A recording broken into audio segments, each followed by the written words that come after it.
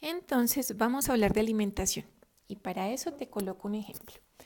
Imagínate que te vas de vacaciones con tu familia y al sitio donde van no hay electricidad, pero sí hay papel, hay un tronco de madera grande seco y muy bueno y hay una fuente de chispa de energía para encender cualquiera de estas dos cosas. La pregunta es, si necesitas encender una fuente de energía que dure mucho más tiempo, ¿cuál preferirías encender? ¿El papel o la madera? Probablemente muchos de ustedes escogieron la madera porque es una fuente más firme de energía que va a durar más tiempo. Pues tal cual pasa con los alimentos. Los alimentos que se comportan como papel son los carbohidratos, es decir, la fruta, el azúcar y sus derivados, los cereales, y en los cereales tenemos entonces el arroz, el maíz y sus derivados, el trigo, y en general lo que más consumimos de trigo puede ser la panadería. Además tenemos la avena, cebada, centeno, quinoa y amaranto. Y además tenemos los tubérculos, aquellos alimentos que se desarrollan en la tierra, donde están la yuca, la papa, arracacha. ¿Qué pasa cuando consumimos estos alimentos? Cuando consumimos estos alimentos, nuestra energía en la sangre, es decir, la glucosa en sangre, se ve de la siguiente manera. Te levantas con la glicemia en sangre entre unos 70 a 100 miligramos por decilitro, que podríamos decir que está dentro de los rangos normales. Apenas consumes uno de estos alimentos, como se comportan como papel, haces un pico de energía rápido, pero igual que el papel, se acaba rápido.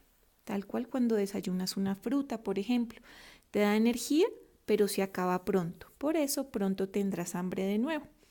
Lo que hacemos usualmente es buscar nuevamente uno de estos tipos de alimentos. Te da energía rápido, a media mañana, pero igual se acaba rápido. Si almuerzas predominantemente uno de estos alimentos, por ejemplo, pasta, una sopa llena de tubérculos o cereales, nuevamente harás exactamente lo mismo. Haces un pico de energía después de comer, pero luego esa energía se acaba rápido, lo que hace que te sientas cansado y fatigado. Muchas personas en el común o en la consulta nos cuentan que hacen unos picos de ansiedad de comer tipo 5 o 6 de la tarde, cuando están metabólicamente enfermos y lo que más prefieren comer son carbohidratos, nuevamente panadería, galletas o cualquiera de estos derivados. Nuevamente tienen energía, pero se acaba rápido. Y luego viene la cena y depende de lo que comas, vuelves a hacer una de estas líneas. Y en este transcurso nos la pasamos en el día a día. Si ves, esto es un sube y baja. ¿Cuál es la situación con esto? La situación con esto es que es muy inestable y esto tiene dos problemas. Primer problema es que cuando estamos acá abajo, principalmente las personas que empiezan a hacer hipoglicemia son personas jóvenes o que están empezando a desarrollar trastornos metabólicos relacionados con el consumo de carbohidratos, que hacen hipoglicemias. ¿Conoces a alguien que ha hecho hipoglicemias? Pues estas personas hacen estos bajones de energía durante el día y el cuerpo es sabio y el que más sufre es el sistema nervioso. Pero como el sistema nervioso también es sabio, lo que procura es que busques este tipo de alimentos porque él sabe que cuando estás sin energía es lo que más rápido te va a dar energía. Por eso los antojos normalmente corresponden a consumir este tipo de alimentos. Pero aquí no está el grave problema. El principal problema está en estos picos de energía. Y es que cada vez que hacemos estos picos de glicemia en la sangre o de glucosa en sangre o de energía en sangre, nuestro páncreas está diseñado para que en estos picos él libere insulina. Y la insulina tiene tres grandes problemas. Y recuerda este nombre porque la mayoría de enfermedades crónicas de este milenio corresponden o están muy relacionados con esta hormona. Primer problema relacionado con la insulina genera inflamación cuando la liberamos. Segundo problema de la insulina es que todos venimos a la vida con un ahorro de insulina. De este ahorro únicamente puedo sacar y no puedo depositar. Significa que entre más picos altos hago de estos alimentos o de glicemia en sangre y más debo liberar insulina, más me estoy acabando mi ahorro, mi alcancía, y más rápido puedo desarrollar una diabetes. Y el tercer problema de la insulina, como dice el doctor Mark Hyman, es que la insulina es el fertilizante de la grasa. Es decir, cada vez que hay liberación de insulina porque he comido alimentos que ocasionan su liberación, yo voy a acumular grasa normalmente a nivel abdominal y también entre las vísceras abdominales. Es decir, desarrollo pancita o desarrollo barriga. Aquí viene un punto muy importante. Y es que si lo que estás buscando es mantener peso, debes saber que los alimentos por sí solos no inducen aumento de grasa o incremento de peso. Solo si estos alimentos generan liberación de insulina, entonces vamos a acumular grasa a nivel abdominal o periabdominal. Y aquí hay una gran situación, y es que hay muchas personas que consumen de estos alimentos pero no generan estos problemas. Seguramente estas personas lo balancean bien y no tienen problemas de insulina.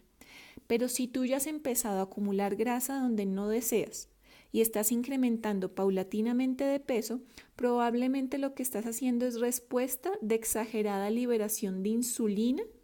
Y entre más insulina tienes en sangre, más depósitos de grasa, y no solo depósitos de grasa, sino estás caminando hacia estos dos problemas. Y una nota importante respecto a esto, lo que vemos es el incremento de peso, pero de la misma mano y en el mismo tiempo se va desarrollando la situación de inflamación.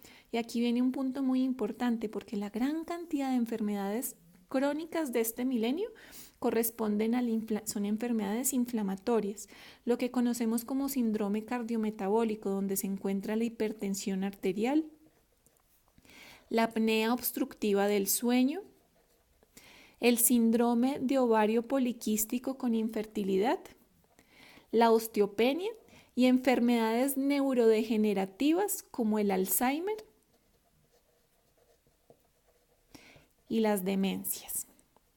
Todas estas enfermedades tienen un punto en común y es que se originaron de inflamación y en todas ellas probablemente podemos encontrar trastornos en la liberación de insulina y resistencia a la insulina. Si yo te digo que con alimentación podemos controlar esto, de mano tú podrás controlar todas estas situaciones, las posibilidades de desarrollar diabetes y también tu peso corporal. Interesante, ¿ah? Ahora, lo interesante es que hay alimentos que se comportan como madera. Estos alimentos son la proteína animal y también la proteína vegetal.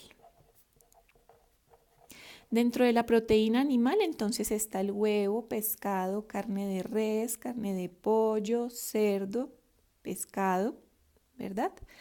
Y en la proteína vegetal, entonces contemplamos las leguminosas como el frijol, el garbanzo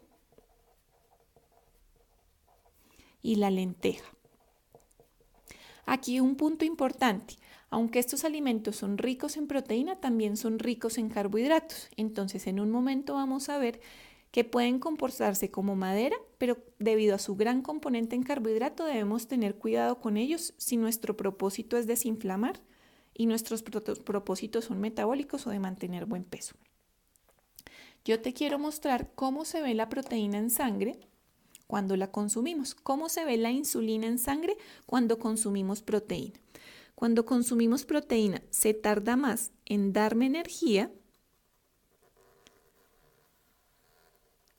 pero igual que la madera, su combustión es más lenta. ¿Ves alguna diferencia entre esta línea roja y la línea morada? Probablemente lo que habrás visto es que cuando consumes proteína, tus niveles de energía en sangre no tienen este pico tan elevado y por tanto los niveles de insulina son más moderados. Tus niveles de energía son más estables en sangre. Esa es la diferencia entre tomar las comidas con proteína o sin proteína. Por eso desayunas bien un huevo, por ejemplo, y tienes más energía durante la mañana, ¿verdad? O si almuerzas un pedazo adecuado de proteína, también tienes energía, más energía que cuando almuerzas, por ejemplo, un plato de pasta. Sin embargo, debes tener cuidado porque la proteína también genera liberación de insulina en menor cantidad que los carbohidratos, pero cada pico de estos está demostrando que hay liberación de insulina. Y recuerda que la insulina la queremos mantener de manera controlada para evitar estos 3 problemas.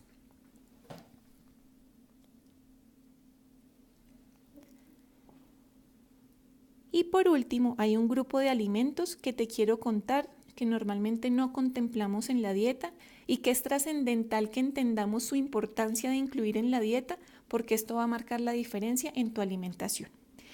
Ese grupo de alimentos también se comporta como madera y son las buenas grasas. En las buenas grasas tenemos, por ejemplo, el aguacate, tenemos aceitunas o olivas, tenemos los aceites, pero tenemos aceites de origen vegetal que no son inflamatorios, por el contrario tienen propiedades importantísimas antiinflamatorias, como el aceite de oliva, el aceite de coco, el aceite de aguacate o el aceite de ajonjolí. También tenemos semillas y en semillas tenemos la chía, tenemos la linaza, tenemos el girasol, también tenemos el ajonjolí y tenemos las semillas de calabaza. Y tenemos los frutos secos. En frutos secos tenemos nueces, nueces de Brasil, nogal, pecan. Recuerda que las nueces de Brasil son buenísima fuente de selenio, importante para sobre todo si sufres de trastornos de la tiroides. Además tenemos macadamias, almendras, pistachos, marañón. Todos estos frutos secos ya vas a ver cómo se comportan. Recuerda que el maní no es un fruto seco, por el contrario es una leguminosa como un frijol o una lenteja, entonces no los incluimos dentro de las buenas grasas.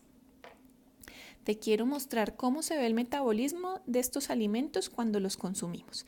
Esta línea verde, entonces, va a corresponder a las grasas.